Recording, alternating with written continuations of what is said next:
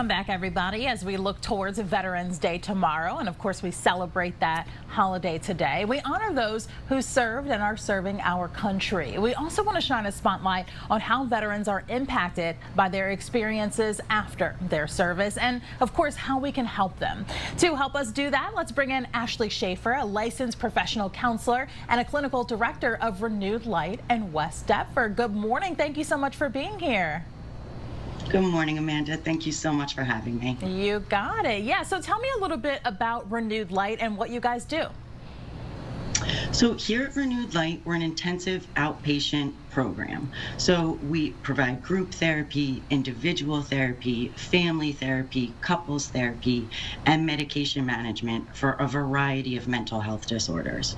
But one of the biggest things that we do treat here is trauma. And that's why it's so important that we talk about that today and talk about that during Veterans Day.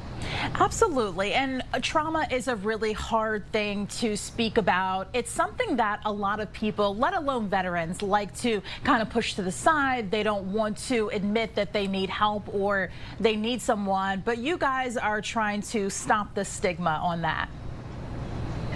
So much so, especially for veterans, the bravest men and women of our country who protect and serve us. And this stigma, I really feel like, prevents them from feeling like they need help or to ask for help, and certainly to ask for help with emotions, feelings, thoughts, dreams, images. So I'm hoping today we can try and dispel that stigma. Absolutely. So there's some shocking numbers out there, Ashley, and I want to talk about them a little bit. According to the Military Veterans Project, 22 veterans die by suicide every single day, and more women and men who served in the military actually die by suicide than by combat. Now, that just in and of itself is very jarring and just awful. Generally speaking, without getting into too many specifics, how can we help change this? I think it's such an important question to ask, and I think understanding the signs and understanding when someone needs help is really important. Some of those signs are, number one, hypervigilance. If you're noticing in one of the veterans or when people come back home that they're easily startled or they're on a heightened alert constantly, always scanning exits, scanning entrances for danger, or just an overall inability to relax, that lasting for a long time can be really impactful.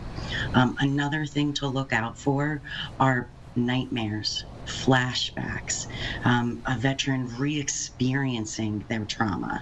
These can all be triggered by sights, sounds, smells that remind a veteran of something they've witnessed or something they've experienced themselves. And the last thing, and a really good way to help, is when you start noticing a veteran isolating, becoming depressed.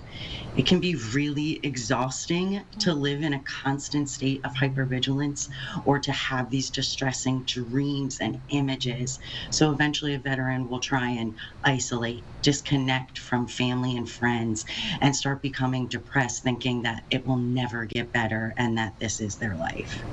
So those are some really helpful things for people just to know what to look out for. And once they do that, if they see, hey, this person in my life, I know that they're a veteran, they're starting to show some of these signs, then what do? How can they get involved to get this person help? So I think the most important thing to address is when you need immediate help. If someone is thinking that life isn't worth living or that it would be better for my family and friends if I weren't here, then you want to call a crisis number. You can call the National Suicide Prevention Hotline. It's 988. Or you can text. Some people don't like calling. You can text 741-741. But if this isn't a crisis situation, then my biggest suggestion is to get help. Find a program, find a therapist that specializes in trauma.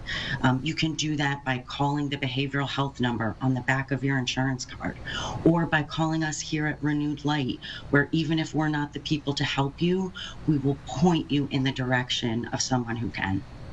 And Ashley, those numbers that you were talking about for the suicide prevention hotline are on the bottom of viewer screens right now, so you guys can see that number. Those numbers are really easy to remember if you ever need them just on a whim. 988 or text 741-741. So Ashley, if people want more information about you, your business, how do people find you guys?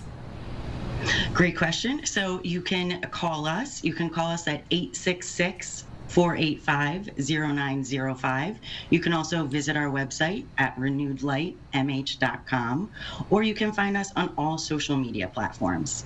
Perfect. Ashley Schaffer from Renewed Light in West Deptford, thank you so much for being here with us this morning on such an important topic, and we will be right back.